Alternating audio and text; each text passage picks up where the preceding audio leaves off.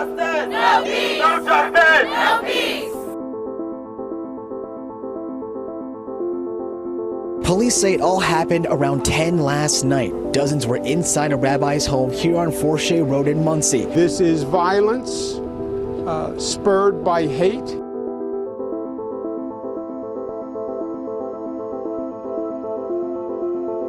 And I want to apologize for comments that were looked at as anti-Semitic. Hate crimes are up, and now at least 4 more attacks, this time in Manhattan and Brooklyn. These days, in America, we should have to worry about such things.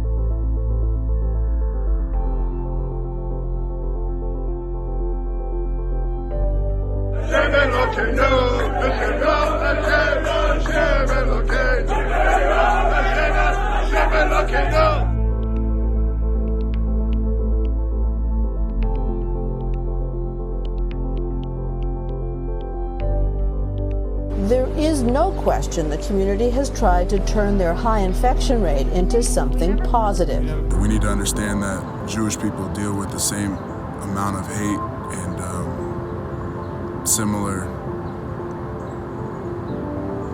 hardships and hard times.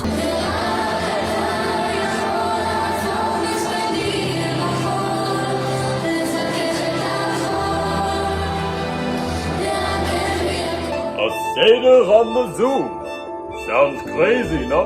DJX accepted an invitation to visit the Auschwitz concentration camp during a Zoom call with 94-year-old Holocaust survivor Edward Mosberg.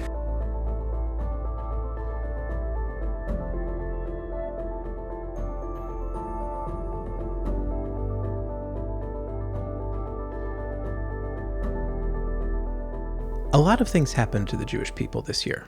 Some challenging, some joyful, others tragic. New developments seemed to grow old quickly, while old resentments were renewed. Simon Rowitowitz, the early 20th century philosopher, called the Jewish nation the ever-dying people.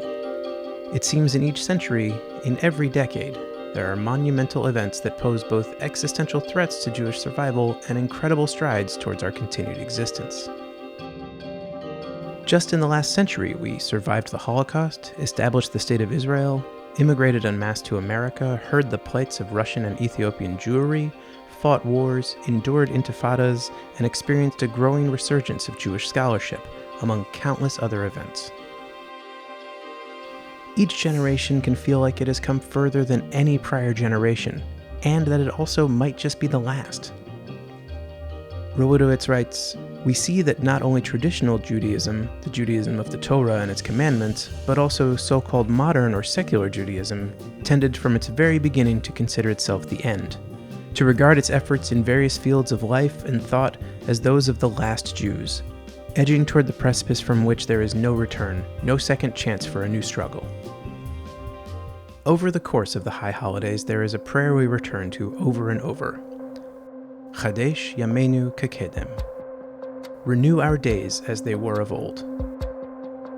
The verse appears at the very end of Lamentations, but it is repeated throughout the high holidays. What does it mean to renew the days of old?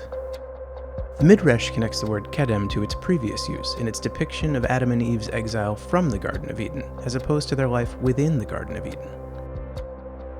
Rabbi Rob Scheinberg provides a moving analysis. Chadesh Yameinu Kekedem does not mean renew our lives as they were in the Garden of Eden, but rather renew our lives as you renewed our lives after we were exiled from the Garden of Eden.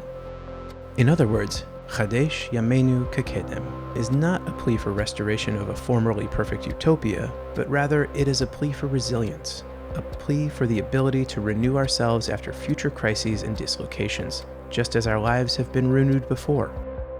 As Nobel Peace Prize recipient and Holocaust survivor Elie Wiesel said, God gave Adam a secret, and that secret was not how to begin, but how to begin again. And this, in fact, is how Rowitowitz concludes his thought of the Jewish nation as the ever-dying people. Our incessant dying means uninterrupted living, rising, standing up, beginning anew.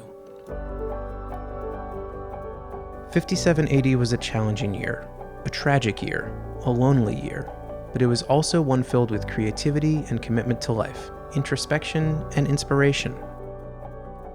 Faced with incredible devastation, we remained committed to our families, our friends, our community, our people. Chadesh Yameinu Kakedem.